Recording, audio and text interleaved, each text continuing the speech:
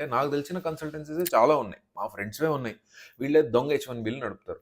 2000, 2500, $3000 పెట్టి వీళ్ళ దగ్గర ఒక ఫేక్ H1B పేపర్ నడుపుతారు.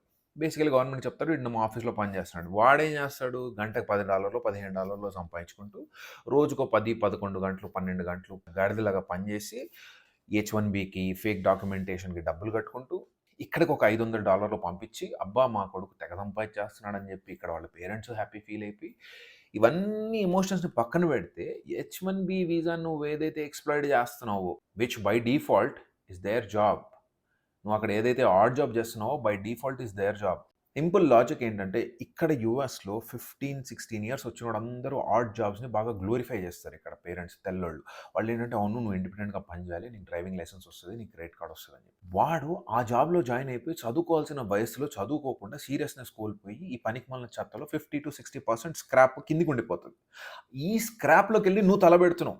ఇప్పుడు ఏమైతుంది ఈ ఇండియా నుంచి వచ్చినోళ్ళందరూ మన జాబ్స్ చేస్తున్నారు. మా జాబ్స్ పీకేస్తున్నాయి. Fair enough. ఇప్పుడు నీ జాబ్స్ పీకేస్తున్నారని చెప్పినందుకు ఎవరికి పొలిటికల్ గెయిన్ అవుతుంది? ఎందుకు ఇలా అబ్యూజెస్‌కి గురైతున్నారు?